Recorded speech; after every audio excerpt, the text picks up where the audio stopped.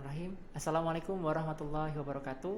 Selamat datang di podcast Case HR teman-teman. Di pertemuan sebelumnya kita sudah membahas ya terkait dengan analisa jabatan. Di pertemuan kali ini teman-teman kita akan belajar bersama terkait dengan penerimaan karyawan. Oke, masih menjadi catatan ya bahwa setiap hari itu pasti ada lowongan pekerjaan. Namun kenapa kok masih banyak para pencari kerja kayak gitu ya? Karena bisa jadi setiap tahun, setiap periode itu banyak sekali lulusan, banyak sekali yang membutuhkan pekerjaan. Namun kenapa orang yang mencari pekerjaan itu tidak kunjung mendapatkan pekerjaan? Nah, ini menjadi sebuah catatan teman-teman.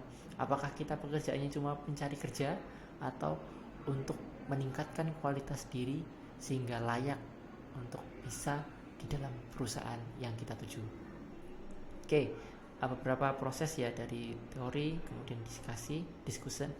diskusi terkait dengan penerimaan karyawan. Oke, sumber dari rekrutmen karyawan itu ada dua hal teman-teman, dari dalam maupun dari luar. Maksudnya gimana kalau dari dalam? Statis ya teman-teman ya. Biasanya kalau di dalam sebuah perusahaan itu ada namanya promosi jabatan, transfer atau rotasi pekerjaan. Karena biasanya kalau ada perusahaan induk, anak perusahaan bisa dimutasi kalau bahasanya ya, dirotasi sampai ke transfer. Kemudian ada promosi, pasti ada demosi jabatan. Oke, kalau dari luar perusahaan mungkin teman-teman bisa banyak akses ya beberapa hal terkait dengan loker, baik iklan di media sosial, lembaga pendidikan, dari departemen ketenagakerjaan dan lain-lain. Oke, kalau terkait dengan CV itu ada 5 hal yang perlu ada di dalam CV teman-teman. Apa saja Pak kayak gitu ya? Yang pertama informasi dasar, nama, alamat kayak gitu teman-teman ya. Kemudian pendidikan, pengalaman kerja atau profesional. Nah, ini menjadi poin penting teman-teman. Apakah teman-teman sebelumnya sudah punya pengalaman atau belum? Kalau misalnya belum punya pengalaman, tingkatkan pada prestasi penghargaan atau aktivitas-aktivitas teman-teman di luar dari studi. Kemudian dan informasi tambahan lain. Nah, karena beberapa tes ya yang akan dilakukan di perusahaan itu dari TPA, psikologi sampai kepribadian. Setelah teman-teman melewati proses terkait dengan seleksi awal tadi, akan ada biasanya itu proses wawancara.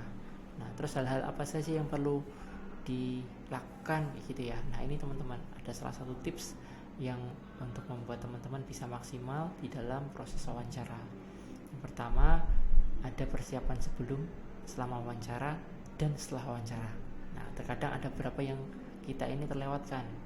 Sebelum wawancara biasanya kan kita melakukan riset ya sebuah perusahaan. Jangan sampai kita datang kita nggak tahu nih perusahaan apa, jualan apa, kerjanya kayak gimana kayak gitu teman-teman.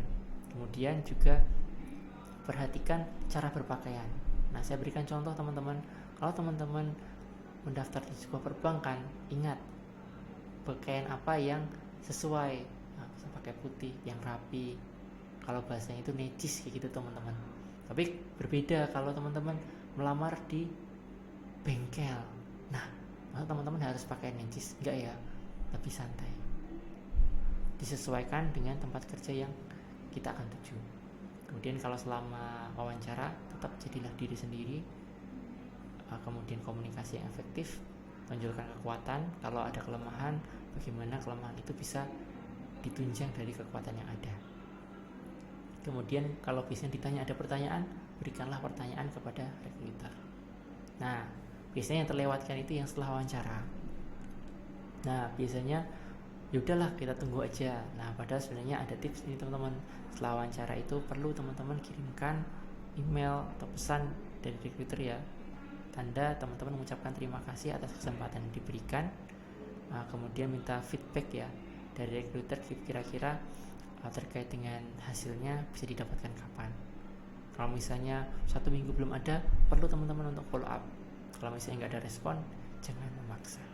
Kayak gitu teman-teman ya. Terima kasih untuk case-nya. Nanti insya Allah kita akan bahas di kelas.